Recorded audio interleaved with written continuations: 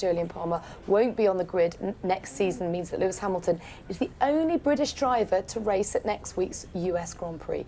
And unless Paul di Resta fills the potential vacancy at Williams, that's likely to be the case in 2018 too, which is a far cry from the 1980s when 15 different Brits raced in F1, or the 90s when we had 11.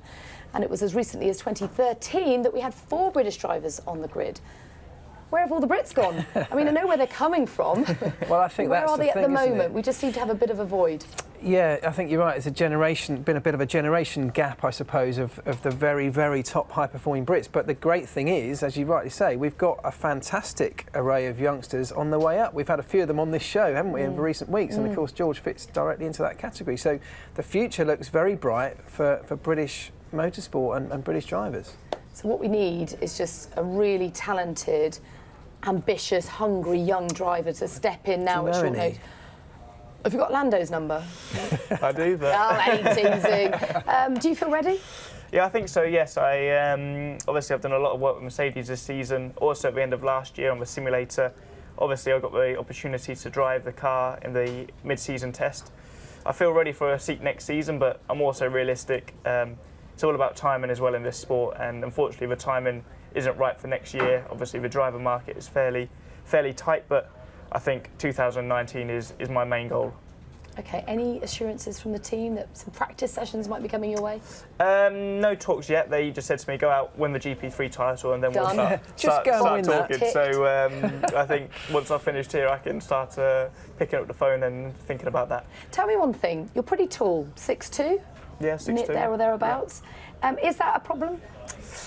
Because yes. I mean, you're a whippet. I mean, you're Slim Jim, you're fine. But so is weight an issue? Is your height an issue? The height's a bit of an issue, really. Obviously, these cars are almost designed around the drivers, and being a tall driver, they need to give me a bit more space, really, which means the car has to be slightly bigger. So it's not an ideal scenario for the teams. Also, I'm naturally heavy because I'm tall. So when you got in the car for the test, what? Just explain what they do. They give you a new set of pedals that are further away to give you a bit more leg room. Well, fortunately, I managed to fit in Lewis's pedals because the cockpit itself is fairly large. I could fit in. Okay. But I did do a test in the 2015 Mercedes earlier this year in preparation for the test, and that was certainly a very tight fit. So with these new regulations, it does help the taller drivers, but I think the FIA needs to maybe look into this, and there's nothing I can do personally to make me smaller or anything like that. So maybe some standardised regulations for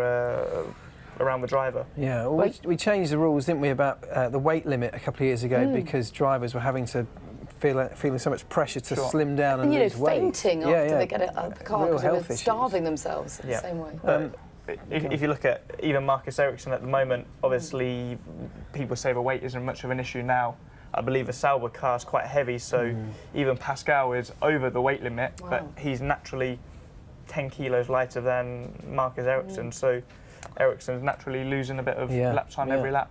One thing I wanted to ask you about, which I was really interested, was when you got out of the car from the test and then got back in the simulator, how did it compare? Oh, yeah. You know, how accurate is the simulator to driving the real car? So obviously that was a big part of my test, was just to see how everything correlates, because we're in the sim always. They use the simulator a lot to develop the car going into the Grand Prix. So as soon as I finished the test, I flew back to the UK, jumped in the sim, and honestly I was extremely surprised at how well it correlated. I think obviously you don't have the scare factor in the sim, or you don't feel the G-force, but everything else was as close as it can be. You might not, but ask him about his sim experience. Well, yeah, I did 5 laps in the McLaren simulator, and my arms for about 3 days afterwards were just destroyed. Oh, really? Neck, I could hardly hold my neck up. They had these hydraulic linkages hooked up to the crash helmet. Yeah, with 5 laps, so total respect. Brilliant.